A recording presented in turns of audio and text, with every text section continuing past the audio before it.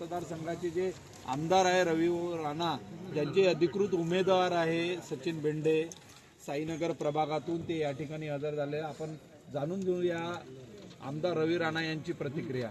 भाऊ आपली प्रतिक्रिया.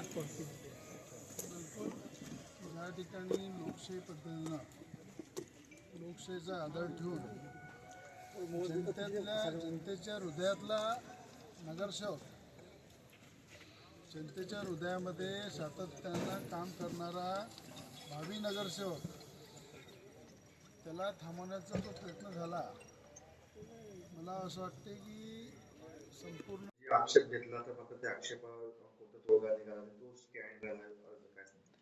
नाही, तो मी आरोचा जो निर्णय आहे तो हास्यास्पद आहे.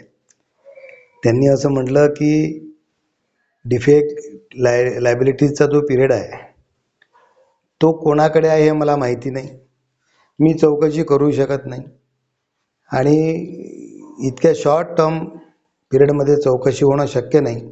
आणि म्हणून मी हा जो अर्ज आहे तो अर्ज स्टँड करतो आहे. मला असं वाटतं की जगातला पहिला आरो असा असेल की ज्यांनी सुप्रीम कोर्टाचे निर्णय, हायकोर्टाचे निर्णयाची पायमल्ली केली आणि त्यांनी हा निर्णय दिला. मला असं वाटतं की ज्यावेळी निवडणुका अस्तित्वात आल्या तेव्हापासून काही कायदे केले आहेत, काही नियम केले आहेत. त्या नियमासाठी बंधनकारक असणं सगळ्यांना आवश्यक आहे. आणि मग अन्यायाच्या विरोधात तुषार भारतीय नेहमी राहिला आहे.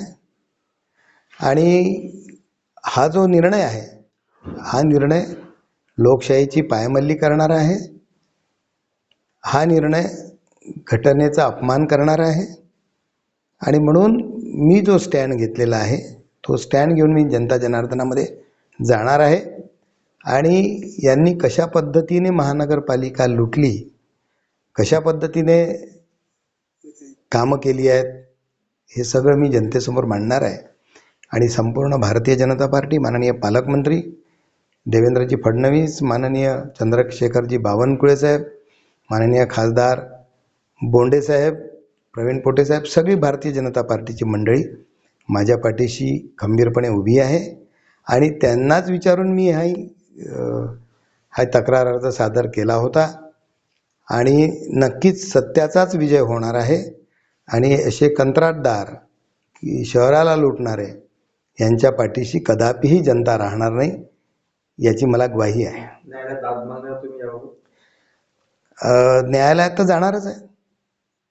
कारण की जर अन्याय कोणावर होत असेल आणि सामान्य जनतेला चुकीचा माणूसाला उभं राहणे हे सुद्धा लोकशाहीचा अपमान आहे. आणि म्हणून नक्कीच न्यायालयात आम्ही या संदर्भात जाणार आहोत. आव्हान दिलेलं होतं भाजपच्या तुषार भारतीयांनी, कसं पाहता निर्णय आता आलेला आहे? सचिन बेंडे हे खऱ्या अर्थानं जनतेच्या हृदयामधले जनसेवक आहे, YSPचे उमेदवार आहे. सातत्यानं अनेक वर्षापासून जनतेची सेवा करून त्यांनी जनतेच्या हृदयामध्ये जे स्थान निर्माण केलं, त्या खऱ्या अर्थानं त्याला मिटवण्याचं काम जे सुरू होतं, त्या ठिकाणी मी या जनता जनाच्या लोकशाहीच्या लढाईमध्ये, लोकहिताच्या लढाईमध्ये हा जनतेचा विजय झालेला आहे, जनहिताचा विजय झालेला आहे, सर्वसामान्य जनतेचा विजय झालेला आहे.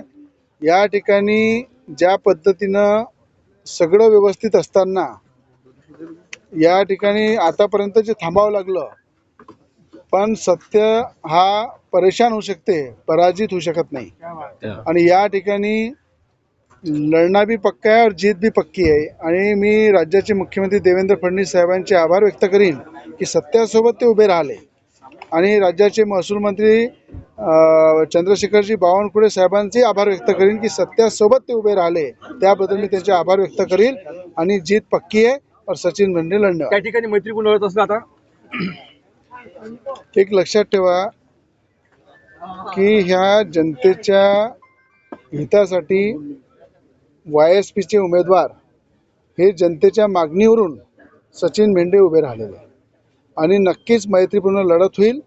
आणि त्या मला असं वाटतं आता लढत राहिली नाही आहे, कारण की हा जो सकाळी 10 वाजतापासून तर आता या ठिकाणी ज्या पद्धतीनं हे चाललंय, प्रत्येक साईनगर प्रभागाचा एक एक व्यक्ती, अमरावती शहरातला एक एक व्यक्ती, एकच लक्ष होतं, आमचा सचिन भाऊ उभा राहिला पाहिजे. आमचा सचिन भाऊ जनतेच्या या मैदानामध्ये लोकशाही पद्धतीने लढला पाहिजे आणि त्याला थांबवण्याचं जे काम केलेलं आहे त्याला आता थांबवायचं काम इथून सुरू झालेलं आहे. म्हणजे पहिले लढाईतून थांबणार होताच, पण आता प्रत्येक जनतेने सुद्धा हा संकल्प पक्का केलेला आहे की ज्यांनी मैदानामध्ये उतरून लढल्यापेक्षा पाठीमागं वार करून जो लढाई करत होता त्याचा पराजय निश्चित झाला. भाऊ तुम्ही